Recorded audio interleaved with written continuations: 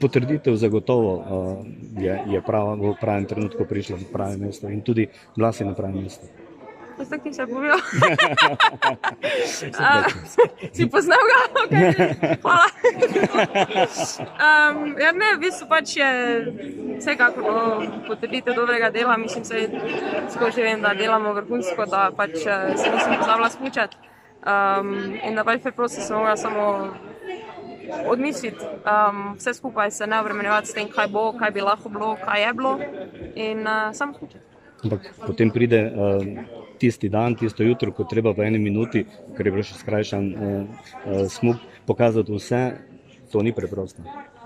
Ne, v bistvu sploh ni. Pač vsakič tekme je tak, da se pripravljaš, ne vem, celo leto in potem moraš to slačiti tisto minuto pa pol, eno minuto, kolikor pač je.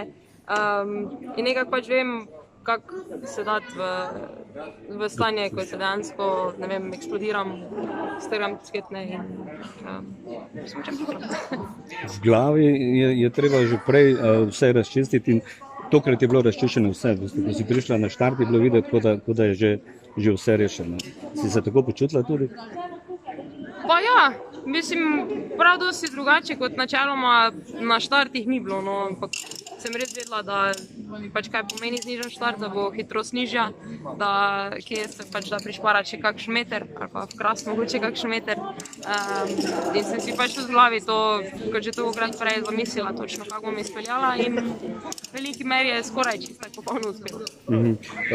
V tem kratkem času, ko si doma, ne bo časa za proslavljanje na široko, vendarle so prišli tvoje družina, koliko ti to pomeni, koliko je to sproščujoče, koliko je to za motivacijo? Ja, pomeni ogromno, ne, konec koncev pa je da mogo priti po nas na letališče, ne bomo tu ostali.